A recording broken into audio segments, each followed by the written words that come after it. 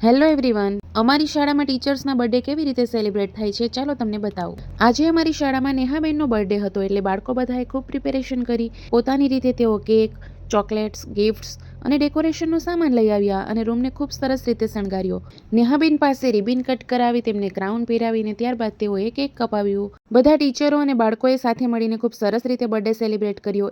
એમાંય તે પ્રિન્સિપલ અને વાઇસ પ્રિન્સિપલ બંને જોડે આવ્યા ત્યારે તો બાળકોએ ફૂલોનો વરસાદ કરી દીધો. ત્યારબાદ બધા બાળકોએ ઢોલ નગારા સાથે મેડમને વિશ કર્યું.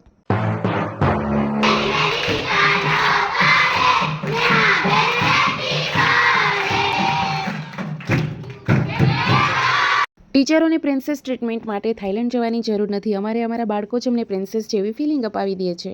બાળકો દ્વારા એટલા સરસ સેલિબ્રેશન બાદ નેહાબેન તરફથી બાળકોની મેગીની પાર્ટી હતી. એટલે અમારા રસોડાના એક્સપર્ટ એવા નેતલબેન દ્વારા જેમ સજેશન કરવામાં આવ્યું તે રીતે બધાએ મેગીની પ્રિપેરેશન કરી લીધી. આવા કાર્યક્રમો દ્વારા બાળકો લાઈફ સ્કિલના ભાગરૂપે ઘણી બધી વસ્તુઓ શીખી શકે છે. અને અમારી બાળાઓ બધી નવી જનરેશનની બાળાઓ એટલે કાંઈ નહીં કરીને દે તો સાસરાવાળાને મેગી તો ખવડાવશે જ. મેગીના બધા પેકેટ્સ તોડી અને બધી શાકભાજી સુધારી લીધા અને ત્યારબાદ તેલ ચડવા મૂકી દીધું. તેલ ચડી ગયું એટલે રાઈ જીરુંને નાખી અને ફટાફટ બધું શાકભાજી નાખવા માંડ્યા.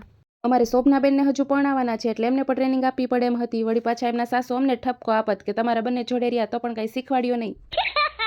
અને મને કેવી રસોઈ આવડે છે તો તમને સરની હેલ્થ ઉપરથી ખબર પડી જ ગઈ હશે. સમજ રહ્યો? અને મેગી બની ગઈ એટલે ઉપરથી ધાણાથી ડેકોરેશન કરી દીધું અને પછી બધી બચ્ચા પાર્ટીને પીરસીને જમાડી લીધા અને ત્યારબાદ બધા સ્ટાફે પણ મેગી ખાઈ લીધી.